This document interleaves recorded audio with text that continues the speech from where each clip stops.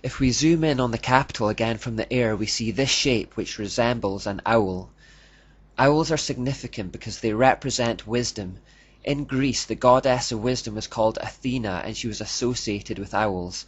Wise old owls are common in many other stories and in ancient mythologies. In virtually every Disney movie near a forest there will be a wise owl to lend a hand. You often see them also wearing glasses and surrounded by books.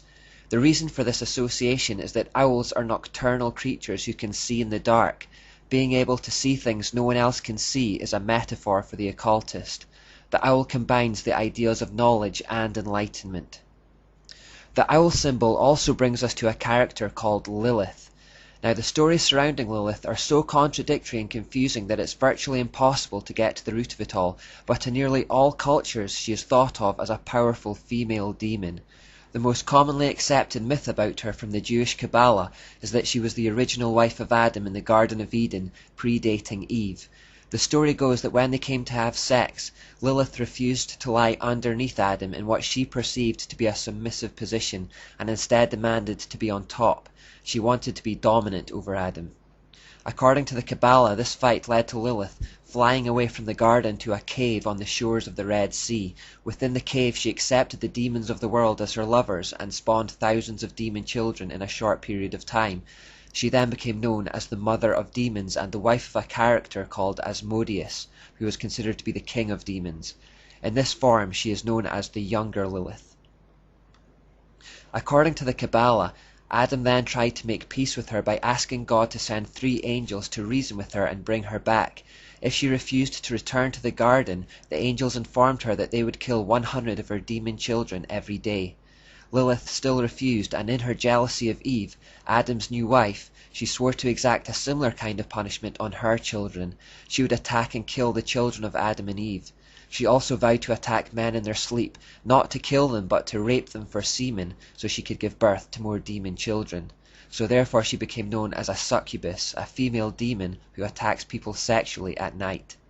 The whole idea of demons interacting with humans sexually in ancient times exists in the Bible also, when it talks about the Nephilim around the time of Noah.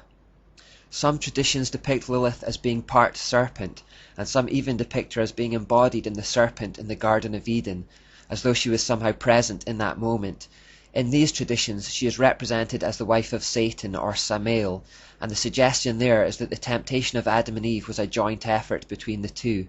Lilith provided the body and Satan the voice. As the wife of Samael rather than Asmodeus, she is known as the Elder Lilith. This may seem like a minor alleyway to be spending so much time on, but the word Lilith is actually mentioned once in the Bible, in Isaiah 34:14. Modern versions translate the name as things like night creatures or night monster, night animals, and in the Old King James Version it's translated as screech owl, hence the association with owls. Other versions say night owl or night bird, so esoterically owls represent this female demon. Lilith is also particularly important because Satanists revere her as the rising queen of our age, the most prominent demon of our times. Anton LaVey proclaimed in 1966 that that would be the year of the beginning of the Age of Satan, but that it could be more accurately described as the Age of Lilith. He thought her influence would grow immensely from that point and start to define our times. And her traits do indeed correspond closely to the social trends of the past 2 centuries, and in particular the past few decades.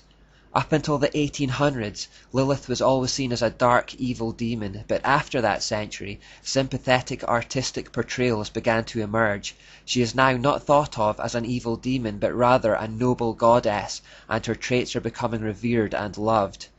For example, Lilith is something of a role model and figurehead for the feminist movement because of her independence and desire not to be submissive to men. She is also therefore the demon behind the natural conclusion of feminism, which is lesbianism. She may also be the force behind cross-dressing and transsexuality. Things associated with her today also include what the world would call sexual freedom, i.e. fornication. This definitely erupted in our culture in 1966 as contraception and technology changed the relationship between people and Lilith. Just the following year, in 1967, the so-called Summer of Love happened, where everyone basically went sex crazy. People feel they can now embrace Lilith and her lusts with no repercussions. However, she is also the demon behind murderous abortions and sexual diseases, which are the natural results of licentious living. These things are skyrocketing beyond control in our modern world. Lilith represents things which are beautiful and tempting on the outside, but which lead to destruction, the kind of woman that Proverbs warns against in the Bible. Finally, Lilith is also associated with the modern, glamorized image of vampires which has become incredibly popular of late. Several translations of the Bible use the term night monsters or night creatures for the word Lilith, and the 1922 Moffat translation of the Bible explicitly translate the words as vampires. Vampires, of course, are night creatures who attack people in their sleep, feeding off the lifeblood of those individuals. At the time of this video in 2011, this is one of the most noticeable manifestations of Lilith, as you can't help but notice the increasing glamorization of vampires with movies such as Twilight by Stephenie Meyer. Connected with vampires is also the idea of immortality without reference to God, which is also appealing to occultists. Many of Lilith's traits correspond exactly with Asherah, but traditionally she has always been considered to be a separate being. Therefore, how closely they are connected is hard to discern. I personally would suggest that their traits are so similar that they are in fact the same force. Further evidence to support this theory can be found when we consider that Lilith was identified by occultist Aleister Crowley and others under the name Babylon. Perhaps Lilith was the demon that controlled Semiramis and which then became known as Jezebel or Asherah. As Satan attempts to re-establish Babylon in the modern world, it is for these reasons that Lilith or Asherah is considered by his followers to be the most important rising goddess of our time. If you're not convinced that the image of the capital really represents an owl, however, and to be fair, some aren't, it's also worth mentioning a place called Bohemian Grove.